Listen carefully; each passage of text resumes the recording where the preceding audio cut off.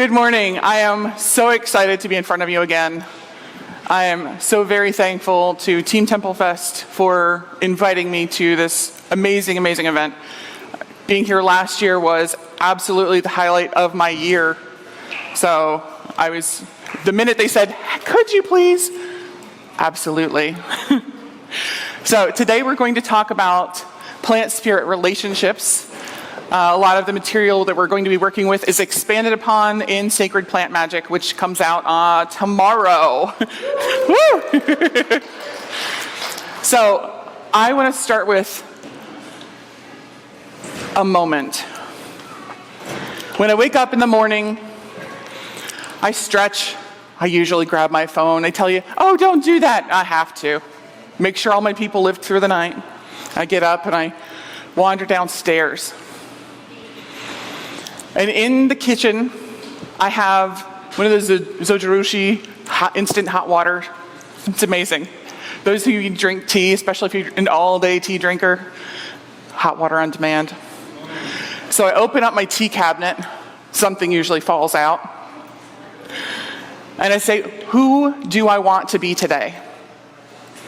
Because the moment I woke up, I knew I had a running list in my head of the things I needed to do, the places I needed to go, and the stuff I really wanted to get accomplished today. So who do I need to be today? Do I need to be Amy the witch? Do I need to be Amy the author? Do I need to be Amy the security consultant? Who is it that's going to get me through today? So I look among the herbal allies in my cabinet, and I figure out who that person is. And I grab a cup of peppermint to infuse. Let it do its job. It's marinating. I'm really figuring out who that person needs to be. And I'm putting that intention into my morning ritual of my favorite hot beverage. I go in the living room. I snuggle with my pitbull Millie. We have a little snuggle moment on the couch, and I drink my peppermint tea. I compost the leaves in the bin. I rinse out my cup. Where is the spirit of peppermint? As much mint as I absolutely love to drink, I cannot in one lifetime drink enough peppermint tea to damage the spirit of peppermint. As long as there is one person on this planet that knows what peppermint is, knows what peppermint smells like, knows what peppermint looks like, can work with it, can smell it, taste it, feel it, picture it in their heart when their eyes are closed at Christmas. Peppermint endures. When Blackthorn's Botanical Magic first came out, one of the first things that I would hear from so many people was, I can't be a green witch because I kill all my plants. I have good news for you. You do not have to grow all your own plants. There's no licensing bureau, no one's going to check. Those relationships that you are building can be very easily living within your heart, even if it's not living in your kitchen cabinet.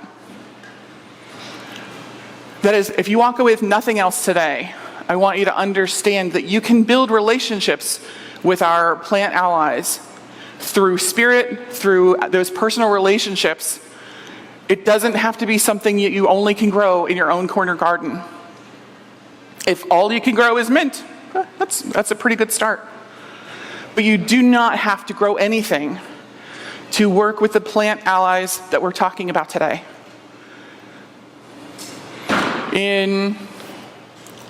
We'll start a little back. How many people make a New Year's resolution? There's some people, yeah. They think, oh, I'm going to go to the gym, or I'm going to eat better, or I'm going to go to the doctor, or I'm going to drink more water. But it always seems like a race to the finish at who can break those resolutions first. So instead, I don't make New Year's resolutions. I don't. It doesn't work for me. ADHD, I'll forget 30 seconds after I made that resolution, and it'll have gone out the window. So instead, what I do is I pick one plant a year to be my ally for that calendar year. What that does is a couple different things. One, it gives me the concentrated knowledge that I've given myself permission to really delve deep into who that plant is as a person. as a spirit.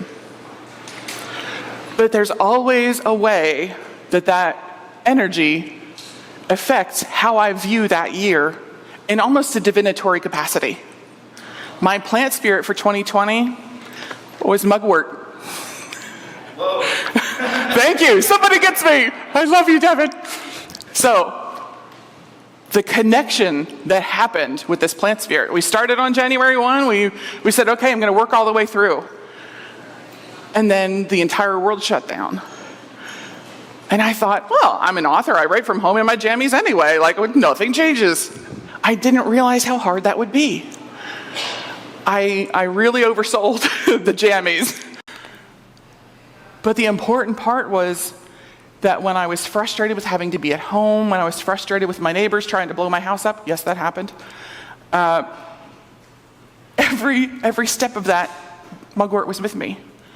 I had made a really calming, we call it a meditation balm from mugwort, that I used when I was too stressed or too frustrated or too irritated to just bring that level down. If I needed to connect with my inner self and my voices were too loud, mugwort was there. Every year has a different ally. One year it was nettle, one year it was, everybody has their own vibe. But I get a lot of people who say, I don't grow plants, I don't know any plants, I've never met a plant, where do I start?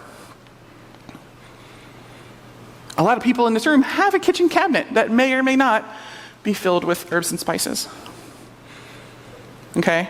A lot of people say, okay, well, what's the difference between an herb and a spice? That argument has been happening longer than this country has been around. But what we're talking about is examining your life, your day-to-day steps, where you are, where you're going, what you're doing, to really understand, look, fine-tune, where am I encountering plants? If you don't cook at all, if all of your food comes from DoorDash, you're still going to have plant allies that you experience on your daily basis. I grew up in Baltimore City. There's one tree per block. It just happened to be in my front yard. There are still plants that we can get to know. There's dandelions growing in the sidewalk. There's plants that are reaching out for a relationship with us. In my specific tradition of green witchcraft, we talk about the proximity, the number, and the variety of plants that we encounter in our daily basis. So if I'm having an issue, I'm frustrated, I need to understand, I've got questions, I'll go for a walk. A couple different things are happening. You're getting some oxygen, you're getting your blood moving, but also it means I've got to watch where I'm going. Not texting and walking, that's how you break your nose. But I look where I'm going. It doesn't have to have any particular destination. I'm just looking where I'm going. I'm going to look at the plants that I'm encountering along the way. I get to the park on the corner and there's a big Vitex Agnus castus on the corner saying, hey, I'm over here. That chase tree berry, I know, has the relationship with Hera.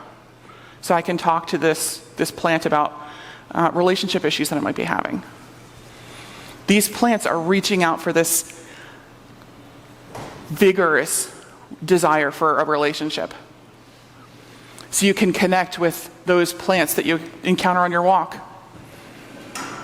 Each of them has something to tell us, but the most important part is stopping what we're doing just long enough to say, what are they trying to tell me?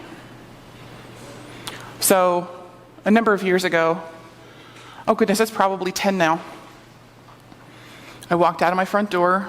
I've got my libations for the moon. I'm going to check the property. I'm going to reinforce the wards. I'm doing my magical maintenance, as we should be doing, as a part of a healthy protection system. So I see Lobelia inflata in my front garden beds. They're normally in wooded areas, maybe the edge of a meadow, very liminal spaces. This is the closest to my house I've ever seen it. Okay? Bringing the air, bringing those messages. What's the message? Okay, I file it away in the little filing cabinet in my brain, and I keep going. I'm pouring libations, I'm singing songs, I'm beating the drum, doing all the things I'm supposed to be doing, and I get around the corner of the house. There's a long fence, so I have a fenced yard for my dogs. And practically overnight, probably since the last moon, a stand of poke has erupted along the side of my back fence. So what do we know? Poke is poisonous. If it can protect itself, it can protect you. It's a low-level poison. You need a little bit more mass for it to be really harmful. It's in the backyard. So what's behind me that I can't see that I need protection from? Because poke is right there guarding my back. So I've really got to take apart these pieces and say, what are they trying to tell me? So I've already had lobelia waving their scarlet flag. Poke is purple and green. There's actually some down by the birch and maple classroom. You can see it as we're going back and forth. That is a literal red flag. So what does it mean? I had to go through my life, go through the fine-tooth comb, go through my day-to-day and figure out, where am I going, what am I doing? There's something that I'm missing. And it turned out I had a stalker. This man was very, very dangerous. He had been released after 12 years in prison for an unspeakable crime. And he had decided that I was super fascinating and was going to follow me around. I honestly and truly believe that if Poke had not warned me, I would not be alive today. The story's in Protection Magic if you're interested in figuring out what that is, but we're not going to talk about that today. It's the relationship that we're building with these plant allies. It's not just the plant that I grabbed from a nursery or the seeds that I started and planted outdoors. It's every plant outside, inside, every plant reaching out saying, if you could just hear me. Because we've proven through science that plants do talk. We know that they feel pain, they send out chemo signals to warn their friends. How many people have walked outside on a spring morning and said, oh, somebody cut their grass? That is a panic pheromone from every blade of grass that is touched by a lawnmower. It just happens to smell good to us, but that is terror that you're smelling. The signals that they're sending to each other, the signals that they're sending to us, are super important if we only knew how to listen. That's what Blackthorn's Sacred Plant Magic is about. When I wrote Blackthorn's Botanical Magic, the book that I really wanted to write was Sacred Plant Magic. Though I want to talk about that connection. I want to talk about the relationships between people and scents and plants and relationships.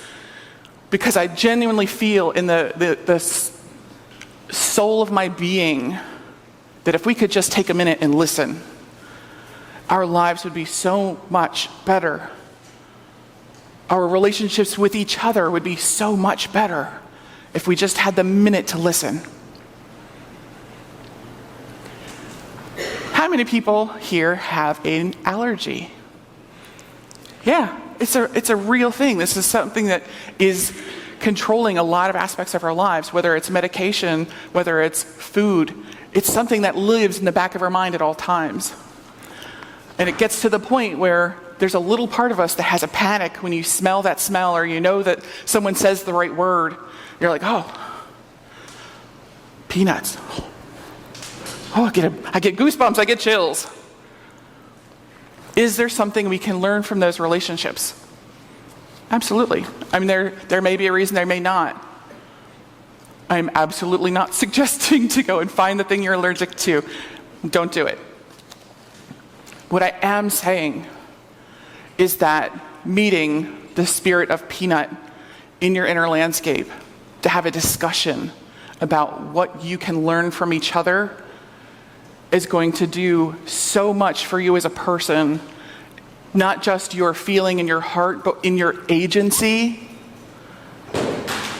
that is really impactful and powerful. The most important part is when we're talking about our inner landscape, we're not saying you have to see this thing, you have to feel this thing. There are people who cannot do that, and that's fine. You know how you work best. I'm not here to tell you that.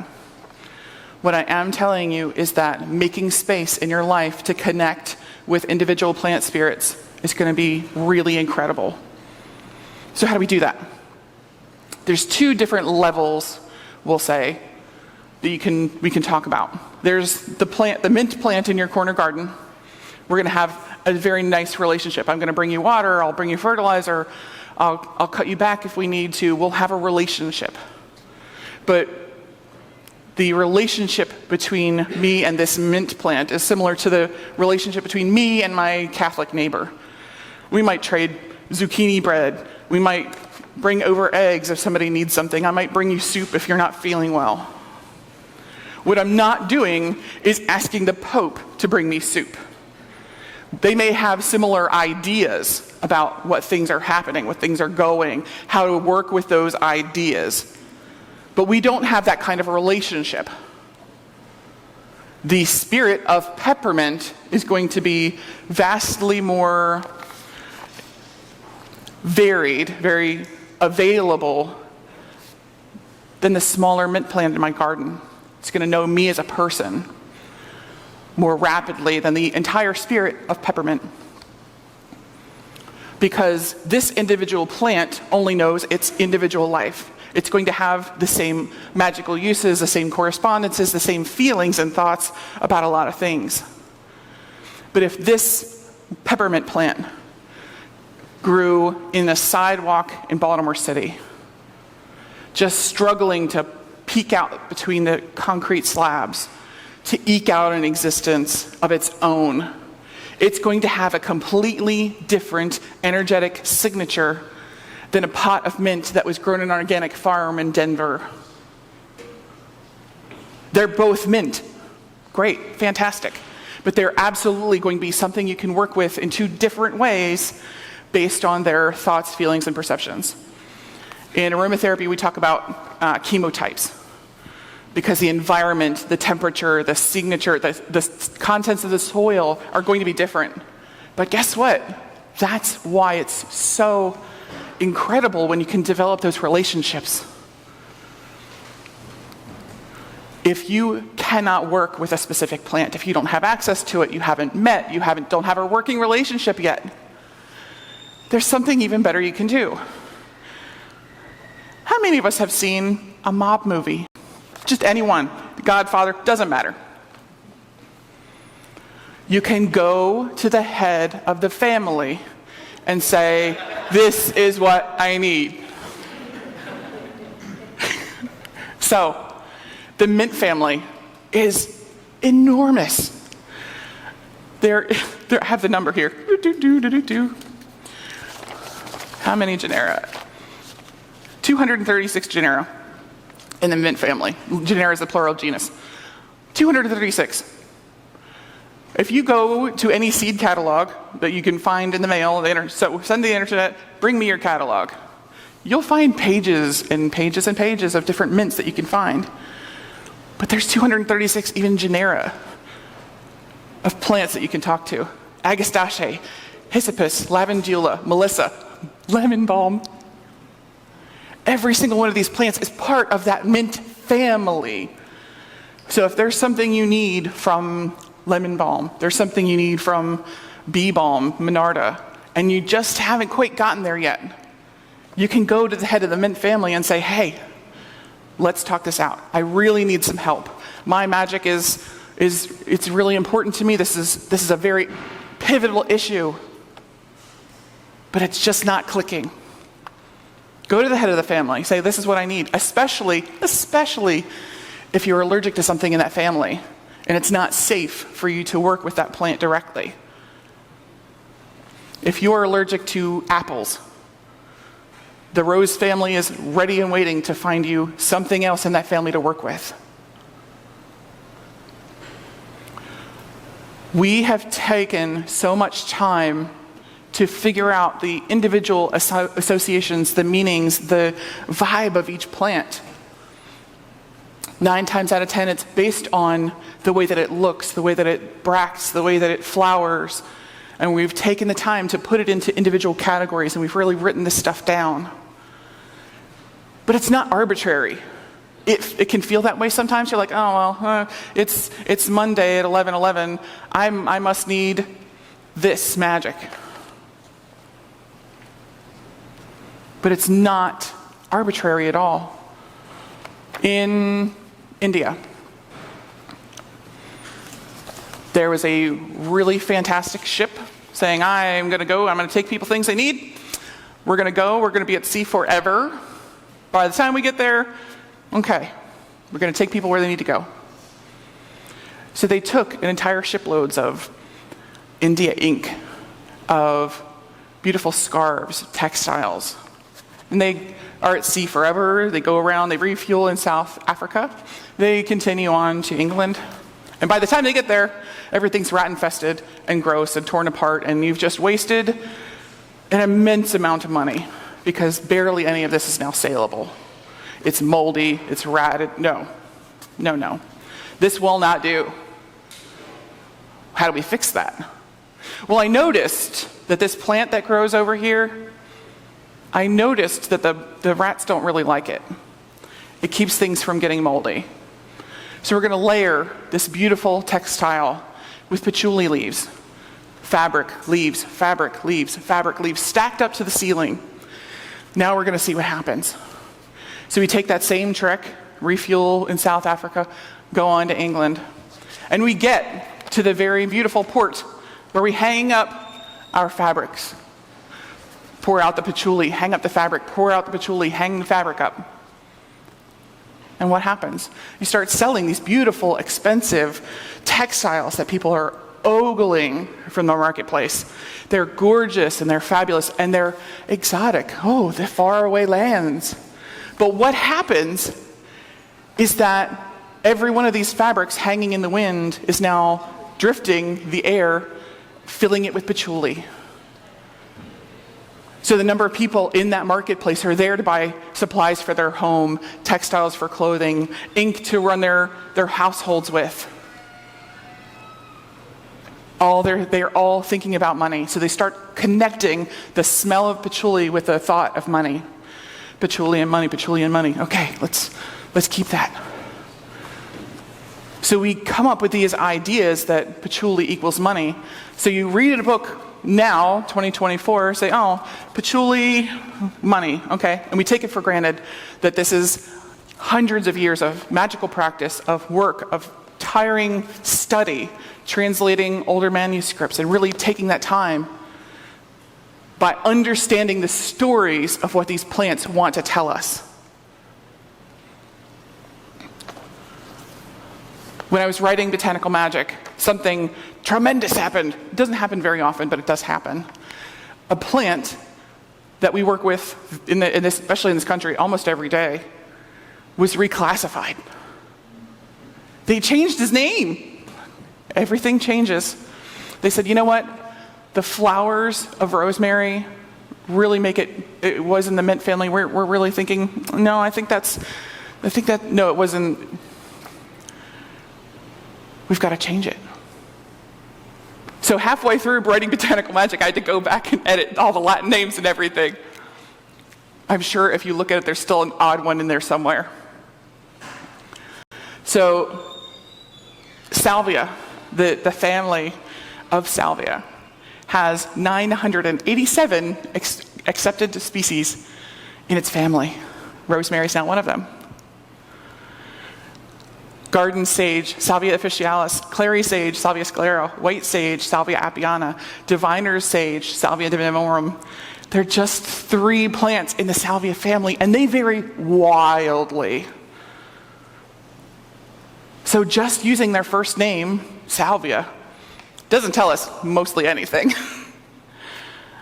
By really getting to know the pieces of their Latin names, they're going to tell you the story about who the plant is, what the plant looks like, what the plant does.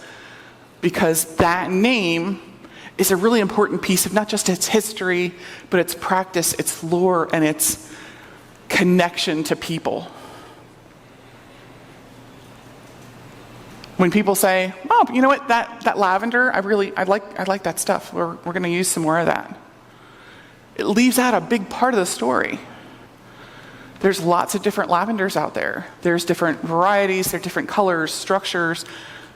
They are all really incredible magical allies to have.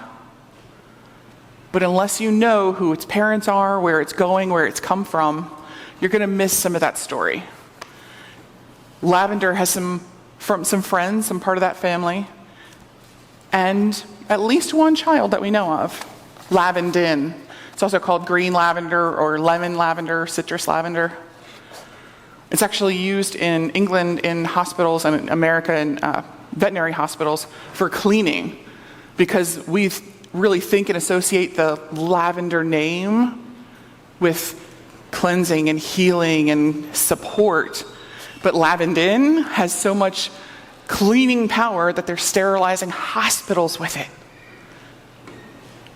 They're both lavandula. You just need the rest of the story. The citrus family actually started in China. And we have the story of how it has made its way throughout the world, growing and expanding. But each time it's come in contact with a different set of peoples, it's changed its story. Those seeds, those plants start coming out of China, and again, they're refueling in South Africa, and they're saying, you know what, I'm going to trade you this pot for some food. We need some fruits, we need some vegetables, we need some water. We've been at sea a very long time. So each stop on that journey has given them something else. So a lot of the time you're going back and you're saying, who is lemon, who is orange, who is lime? Those stories are the family stories that we pass down to our children. It just so happens to be a really incredible fruit. So the family will have its own understanding of what they do. Magic of the citrus family is solar magic. It's prosperity, fire, sun. It's protection. But that protection that it offers is not the same protection of cinnamon. It's not the same protection as lavender. Each one is going to have its own action. Each one is going to have its own personality. So while the citrus is going to take that solar energy and create a flower that then absorbs enough light to then be pollinated and to burst forth into fruit. Do you have any idea how much light that takes? My God, when you bite into an orange, you are tasting sunshine. So that magic that it's created from the ground is its entire life force. That's its entire way of being. The important reason that it was created was to create this fruit so that the next tree can be created and the next tree can be created. It's not just that we think it's tasty. It's also the fulfillment of its obligation on this earth. Lavender's protection is to calm things and keep them as stable and peaceful as it can. So even when we're talking about things like protection magic, there's such a wide variety in the spectrum and availability of plant materials that we can work with in our magic to make those things come true. When I talked at the keynote about will, the shaking in your bones and the quivering in your gut that says, I am going to make sure that this happens, I want you to look at the produce section in your grocery store the next time you go, and I want you to understand the will that it took to produce every single piece of food in that fresh bins that you're looking at. We take it so much for granted that we have the ability to go to the corner grocery store and buy an apple at any day of the year. Those fruits, those plants, those herbs that you're talking to, the flowers that we're dealing with, is their entire life's purpose. So can you imagine what that can do for your magic as a magical practitioner if you were to ally yourself with a plant ally that powerful? We spend a lot of time collecting the shiny things. It's my favorite. You go to a new witchy shop and you find the nice rocks, and you find the nice plants, and you find the nice candles. Absolutely do that. It's adorable. It's fun. You can have some stuff on hand if you need it. But can you imagine what you can do if you dedicate yourself to working with 1 or 2 plants at a time, getting to know them in all 4 of their faces, and making a connection? If you limit yourself to 1 or 2 materials, you figure out just how many things they can do for us. How many people have seen a witchy meme on Facebook, and it lists 3 things that you can do with citrine? It's so limiting. Citrine isn't these 3 things. Citrine is the ground under your feet. It's the sun in the sky. It should shake you in your bones that we have access to this technology. And we're just saying, it's these things, you can take it or leave it, it's fine. But by developing a spirit relationship with the spirit of citrine, with the spirit of sage, you can shake the ground with that energy.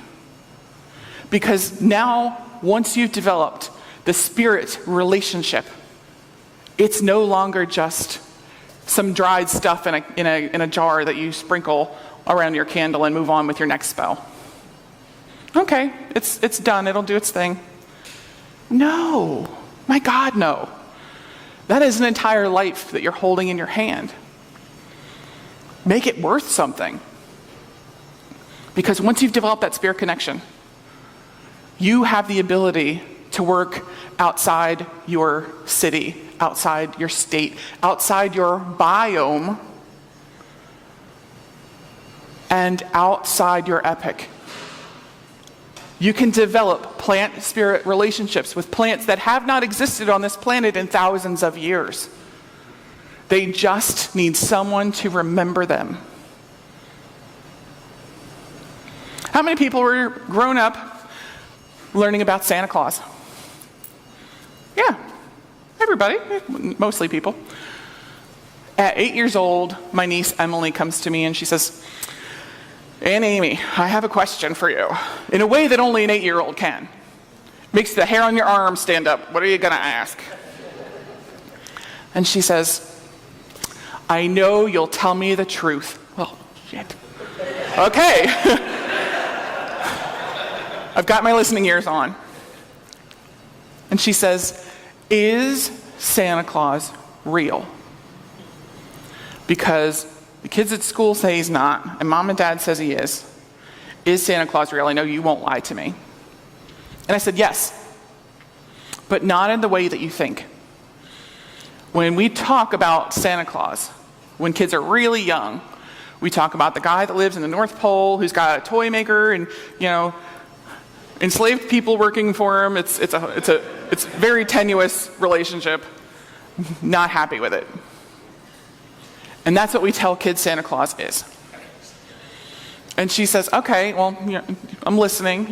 She's very, very focused, laser focused. Okay, what is she going to say next? I said, "But we have this idea, something called a thought form, that even though a person named St. Nicholas existed and did go around his town leaving presents for people, was the patron saint of sex workers and sailors and brewers. He did all these things. We start attaching this idea to a person as an anchor point for this story. But the number of people over this planet, over the lifetime of this myth, have believed so deeply, so fiercely in their bones that Santa Claus exists, that we have created the thought form of Santa Claus. So even if Santa Claus never existed, we have created the thought form because we believe it in our bones over so much of the planet. Children are brought up to believe that Santa Claus existed, that we have created the thought form of Santa. So when we talk about creating spirit relationships, people expect us to reach out to the immediate plants in our backyard. But you can work with plants that haven't existed on this country, on this planet for thousands of years, because that plant still exists somewhere. And we see this even now because plants are continually being brought back from extinction. I went to Lowe's 2 years ago. I'm walking through the perennials, and I see strawberry plants in little pots. I'm so excited. I love strawberries. Only I look closer, those are not strawberries. They are brilliant white berries with red seeds. And I'm ecstatic. I had read the study when it was found, these beautiful seeds were found in a dig, and they said, oh my God, we're gonna see if we can try and germinate them. I'm like, one, that's how zombies happen, don't do it. But in the spirit of experimentation, let's see what happens. And they were able to revive and start creating pine berries, which is the precursor to strawberries that we know today. They're brilliant white flesh, they're bright red seeds. They actually taste closer to a pineapple than they do a strawberry. But this plant hasn't existed on this planet for thousands of years, and they were able to not only bring it back to the point where you can go and buy it in Lowe's. This technology is being used right now. And in 2020, even further away from the original site of the last time this plant was found, it was discovered to have existed. This plant was famous in ancient Greece and Rome as a miracle plant. It was an aphrodisiac, it was an abortifacient, it made sex better, it made food taste better, it made you, help you lose weight. Like, this was the wonder drug of the ancient world. So much so that we ate it out of into extinction. Silphium appeared in 2020 over 150 miles away from the last place it was seen, on a hilltop. This plant was so important they put it on money. The last one was presented to an emperor on a golden plate and said, here, my lord, please partake of this joy. And now we have discovered this plant, 1, 2, 3 plants in the middle of nowhere, as if by divine writ. We can develop those relationships. You don't have to be anchored to a physical plant to develop those relationships.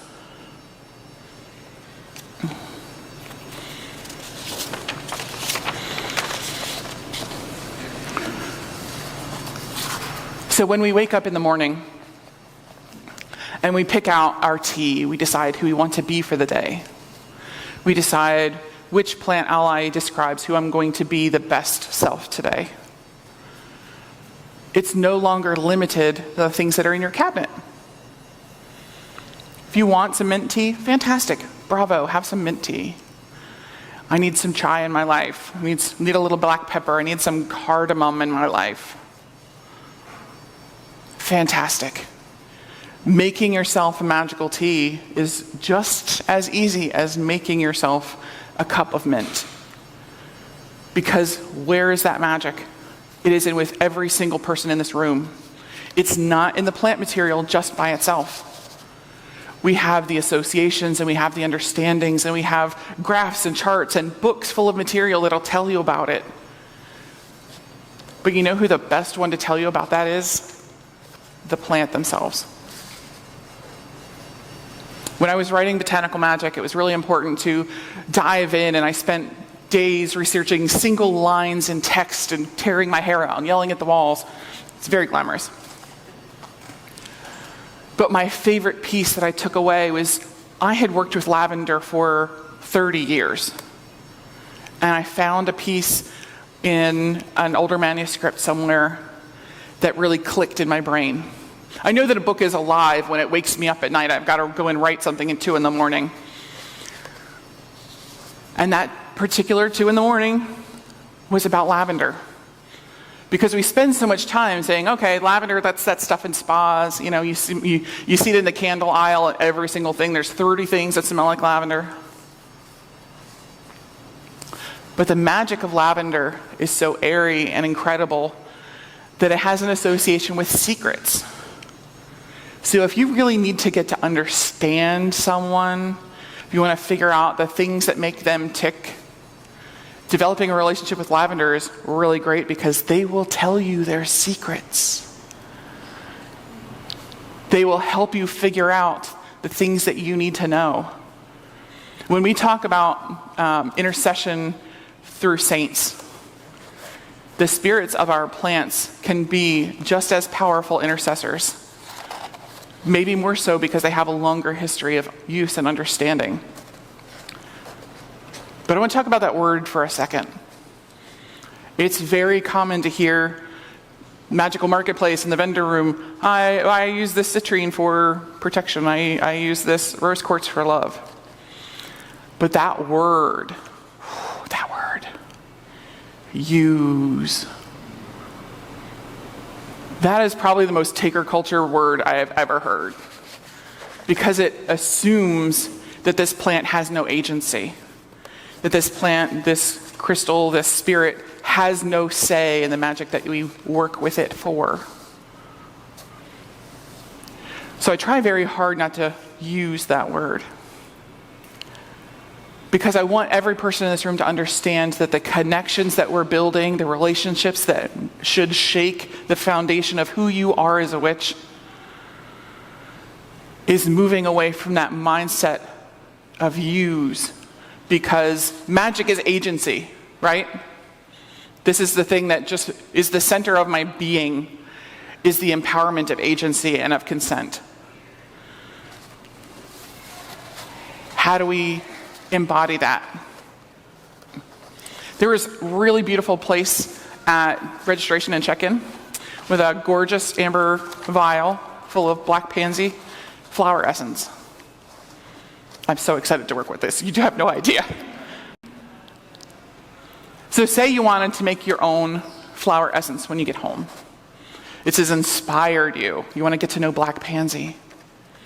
So you find a stand of black pansies in the middle of a field. Could happen. So you sit down with your black pansies and your bowl of water, and you reach out to the plant closest to you and say, "My name is Amy. I would really love to experience your spirit. I would love to get to know you as a plant ally. This is important to me. Would you work with me?" And you're going to get one of three answers. Sure, why not? Maybe not, friend. How about no? And let's talk about that. Let's explore that. If you go to this stand of pansies, and you go to 3 different pansies, 3 different plants, and you get a sharp no from each one, does it mean that you suck? Absolutely not. What it could mean is there was a chemical spray that you don't know about. There could be chemicals leaching into the water. There could be any number of reasons why this stand of pansies is like, this is a bad idea, friend. Could it be that this spirit doesn't want to work with you? Sure, absolutely. But please don't take it for granted that this particular stand of pansies says it's not a good idea right now. Find another plant to work with, find something else to do, maybe revisit that in the future. Maybe even a different stand of pansies. But developing the ability to sit still and quiet long enough to listen for that yes, for that no, for that maybe, is the most powerful discernment we can develop as witches. It is really empowering to be able to pull out a deck of cards, to flip them over, and to know in your soul what that means. It's harder to listen to the small, quiet voices of plant allies. This isn't a new subject. This isn't a new thing that I just discovered one day. Oh my goodness, it's probably 1996, 1995. I was visiting my mother's best friend, Melanie. I had finally told my parents, "Mom, Johnny, I'm a witch." My mother's stirring dinner. I made sure her hands were busy while I tell her this. And she says, "Oh, okay. Have you told your dad?" Oh, no. Why don't you go do that? And so I scurry outside, and Johnny's building a trellis for his prize clematis. And I walk outside, I say, Johnny, I have something to tell you. I'm a witch. I had built this up in my head for so long. I was 15, and I had just worked myself into a knot, terrified they were going to throw me out of the house and say horrible things to me, and it would be awful. And Johnny looks up at it from his clematis and says, oh, I dated a witch in high school. How was your day? Completely stole my thunder. Those supporting words were really integral to me, making sure that I understood how connections forge themselves. Johnny was my stepdad. Hadn't even married my mom at that point. But he was part of the family that I built. So every connection that you make with a different plant spirit, every time you reach outside yourself, just as you are every day at this conference, you're meeting new people, you're building relationships, you're building understanding that I hope will last the rest of your life. Hi, my name is Amy. Your name? Maura. Nice to meet you. I come back next year, and I run into Maura, and I think, oh, Maggie, Maisie, yes, fabulous. We had lunch, it was great. But if we don't see each other between now and then, I might forget about this beautiful pink sweater, or I might remember the sweater and not the person. Just like any relationship we're building, it's built on the small moments. This is not, I'm going to call up Lavender once every 10 years and expect Lavender to just jump to whatever I need. These are small moments that build relationships, just like with the person sitting next to you.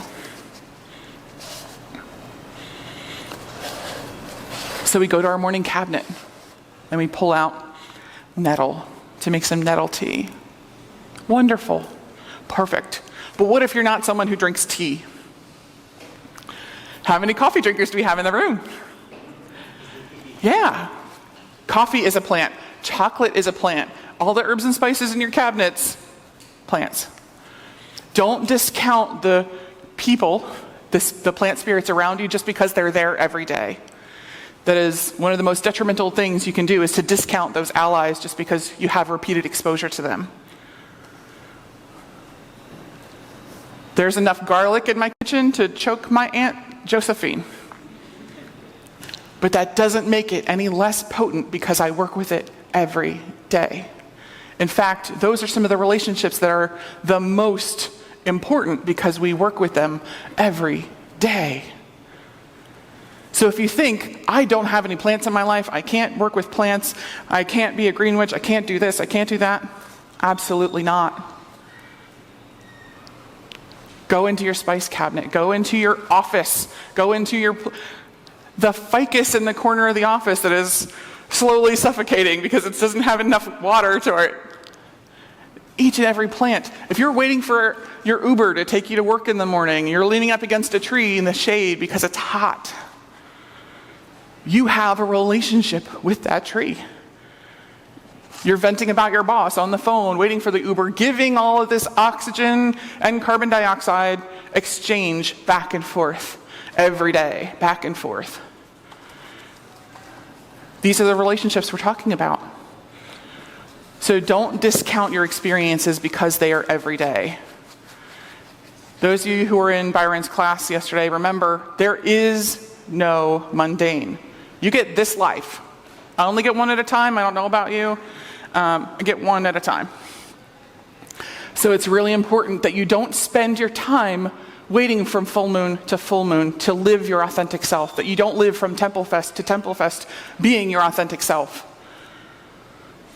You can be that person every minute of the day. It doesn't have to be out loud. How many people work in an office right now and they're not working from home? They have to deal with other humans, sharing their space and sharing their elements, and it's kind of a pain sometimes.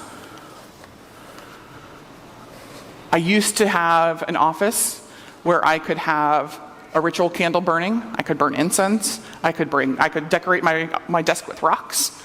I still do, but it's at home now. Other people don't deal with it. We can be the witch at work, even if it's quietly. I don't have to burn incense at work. I don't have to wear, as Byron said yesterday, the pentacle the size of a dinner plate. I can take those relationships with the plant spirits that I'm working with day in, day out to my office. I can have a dropper of magical oil placed in a little salt dish, so just I get to experience that aroma that I have built a relationship with. I built in something called a scent trigger. How did I do that? In 2005, we'll say, my mother calls me on the phone and she says, "Oh, great aunt so-and-so died. I'm sorry for your loss. I've never met great aunt so-and-so. I've just heard stories. It's not someone I was close to or even knew existed, really." And she says, "That means we've got to go to the old neighborhood, to go to the Catholic church, to go to her mass, to say her name." Okay, I'll be there at the date and time. I grew up on that street, so I know right where it is. I don't need directions. And I walk into this big Baltimore Catholic church in a Catholic neighborhood. The doors weigh more than my car. And I walk in. Okay, over here is the Calvary Baptist family that hates it every time I show up. Over here is the atheists who are going to go smoke in the parking lot after this. Like I'm sort of in no man's land here. I'm going to sit in my edge of the pew, commit my duty, and then get the hell out of Dodge. So I'm nervous. I'm anxious. I'm fidgety because I really don't want to be here, but I feel that sense of obligation to my mother, not to this person that I've never met. I want to be there for my mother, who's not even here. Okay. Nervous, anxious, fidget. Oh my goodness. So the back door's open. And I think, oh my God, Mom's here. Peggy will stop staring daggers at me and she will sit down. Mom can be the buffer person. And so I turn around and I look behind me. Nope, it's starting.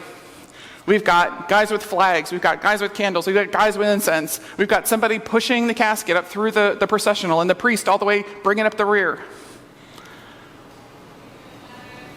All of a sudden, I am fine.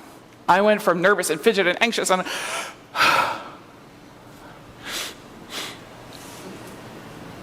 okay, I'm ready to go. And it took 3 or 4 seconds for the wheels in my brain to catch up with what had happened. My very first high priestess was a recovering Catholic.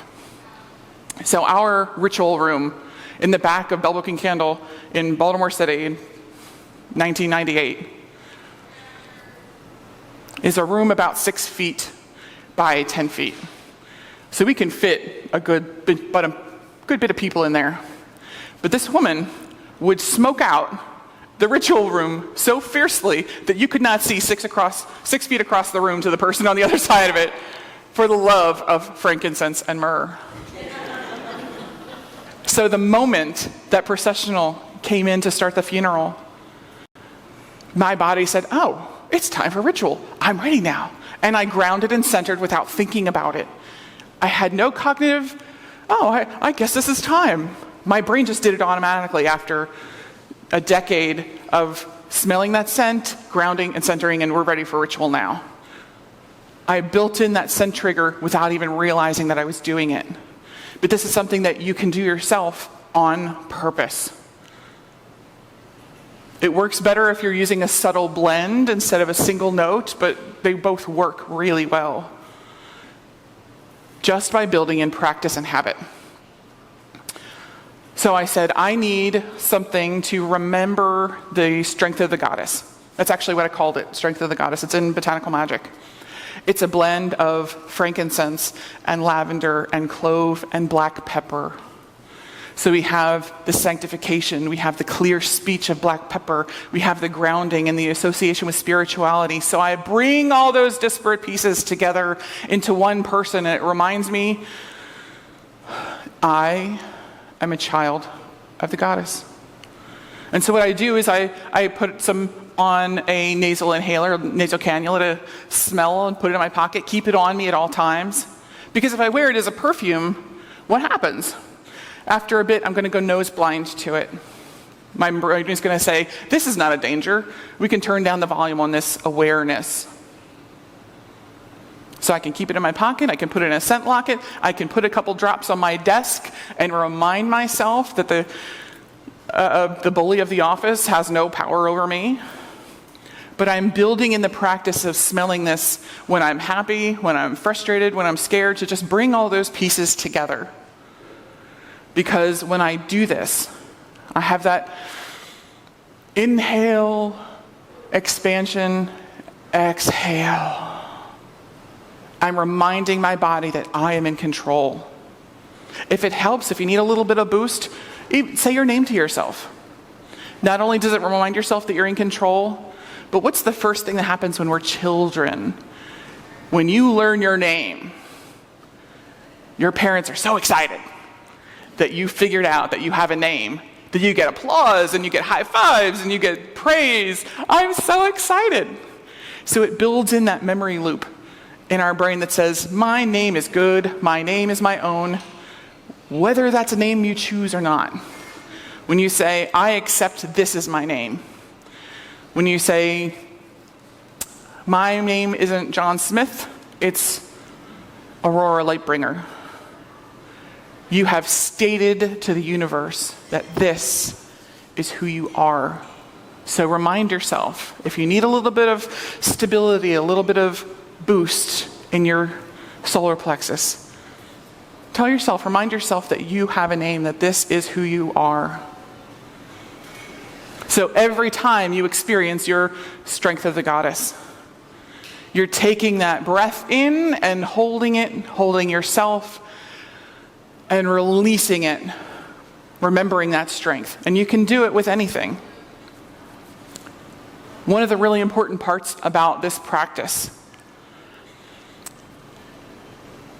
How many people have smelled lavender? Ever? Absolutely. It's very common to find. You can spot it. Some people even know right off the bat what it looks like. But when you just thought the word lavender, a little scent bubble popped up in your brain and said, oh, that's what that smells like. What it did not do is it did not go to the first day of your birth and check every day from the time you were born until the first time you smelled lavender. Instead, every day that you existed on this planet, someone handed you a piece of paper. And on that piece of paper is written every smell that you encountered that day. Every single one. And then you take that piece of paper and you put it in your office paper box. Over a lifetime, you've got a pretty good stack of papers. So it'd make no sense to dig all the way to the first piece of paper and work your way up. You're just going to go through the last few pages until you get to the most recent time you smelled lavender, because those are the freshest pathways in your brain.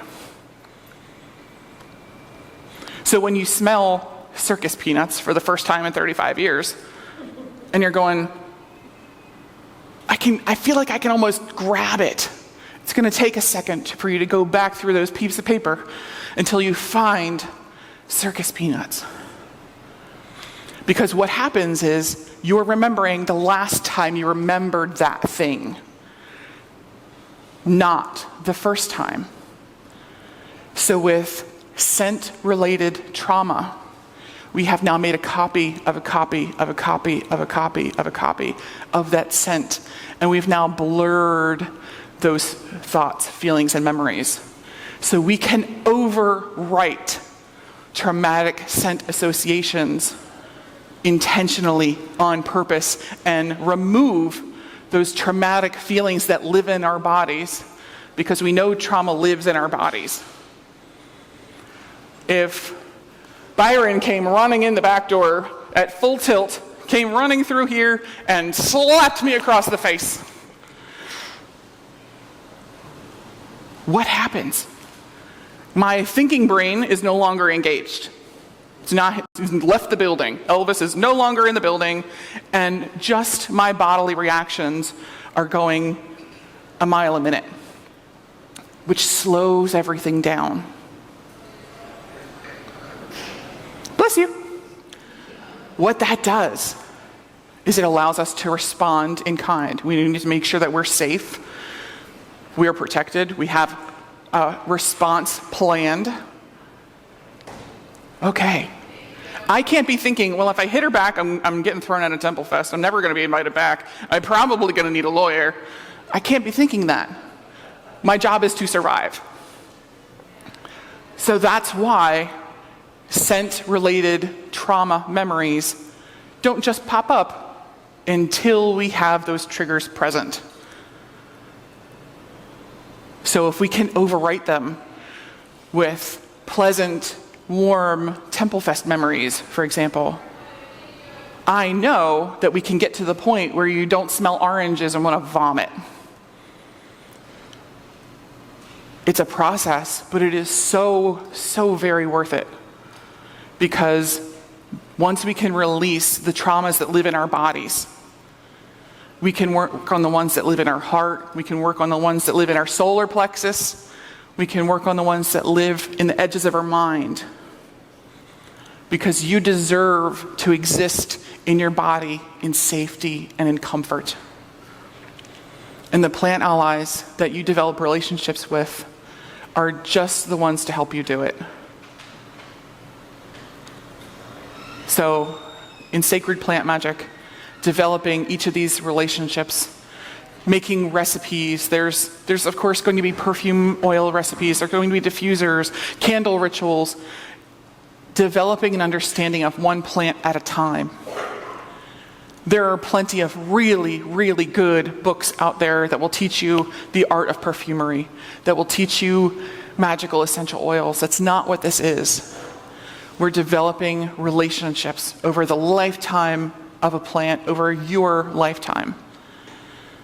The friend that you've known the longest, whether that means it's been 5 years or 50 years, but the person you've known the longest, you're still learning about that person every day. Some lessons will be more dramatic. Oh, that plate in my head, sometimes, what, you have a what? You have a plate in your head? How did that happen? There's going to be shocking things that come up. There's going to be little tidbits that come by the wayside.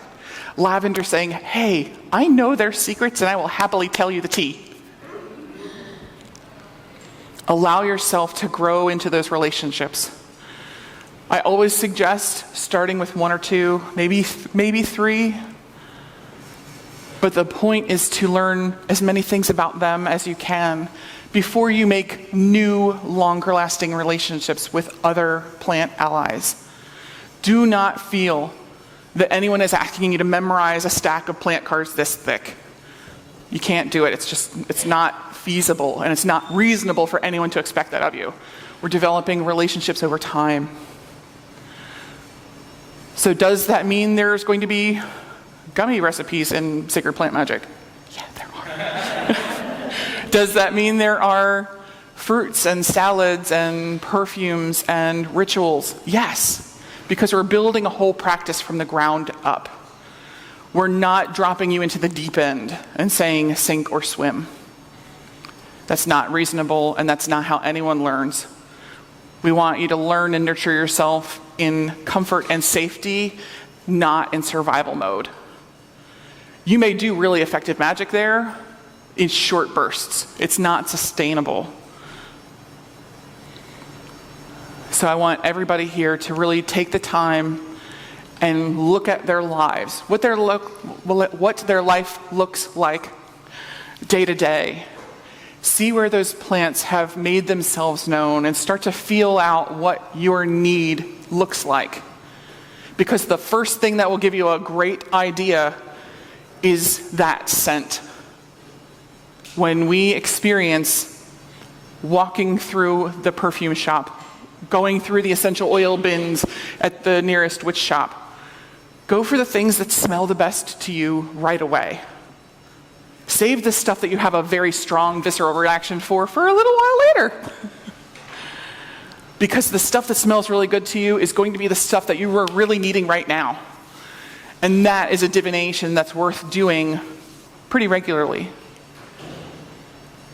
Even if that means gathering a handful of essential oil bottles and using them as sortilege tiles to figuring out who is reaching out for you right now. There are so many divination types that in the world that this is just one way of saying, is there anyone out there looking to work with me? I would really appreciate developing these relationships. Any takers? Anybody? Any? Oak moss, you in the back. High five. Yeah. What does oak moss do? It's a great hex breaker. If you are living in the South, especially anywhere with live oak trees, you'll see a lot of oak moss. The live oak is a different oak moss. But the growing season is so long, you can find oak moss just so big it falls off the tree into the ground. My heart. Those of you who are not familiar yet have not met this beautiful pale green lichen. It smells like a blend of leather and violets. And it will remind you that you are safe, that you are grounded, that you are protected, and that you are moving from a place of strength. Just remind yourself, you're starting from a place of strength. Thank you.